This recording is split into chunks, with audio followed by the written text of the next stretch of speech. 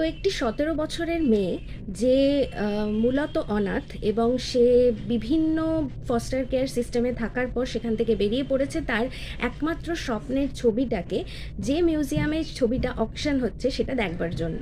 এবার তার বয়সের জন্য সে সেই মিউজিয়ামে ঢুকতে পারবে না, তার জন্য সে ইল্লিগাল ওয়েতে সেই মিউজিয়ামে ঢুকছে এবং ছবিটি মন প্রাণ ভরে দেখছে এবং সেই ছবির পাশে নিজের একটা ছাপ ছেড়ে দিয়ে যেতে চাইছে।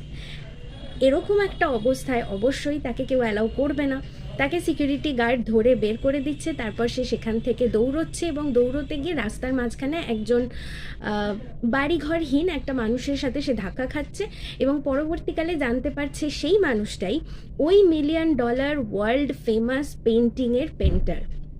এবং পরের দিনই সেই পেন্টার মারা যাচ্ছে এবং তার এই $1 মিলিয়ন পৃথিবী বিখ্যাত এই ছবিটা সে দিয়ে যাচ্ছে এই বাচ্চা মেয়েটিকে।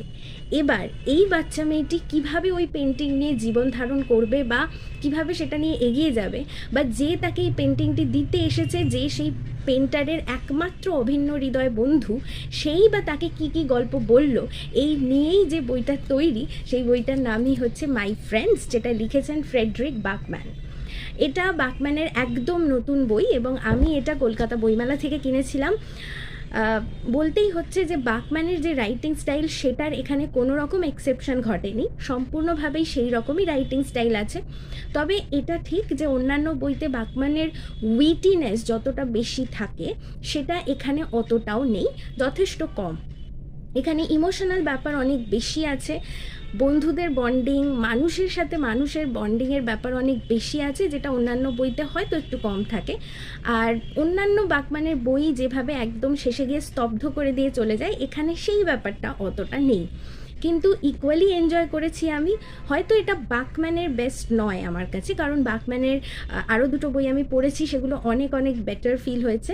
কিন্তু অবশ্যই দেখতে পাচ্ছেন যে কতগুলো স্টিকি নোট আমাকে লাগাতে হয়েছে, সুতরাং বুঝতেই পারছেন যে কোট ম্যাটেরিয়াল কতটা ছিল বইটাতে। আর বাকম্যানের রাইটিং কিন্তু এরকমই, তার লেখনী শুধু গল্প বলে না, অনেক এমন কথা বলে যায় যে কথাগুলো দাগিয়ে না রাখতে পারলে মনে হয় জীবন একেবারে ব্যর্থ।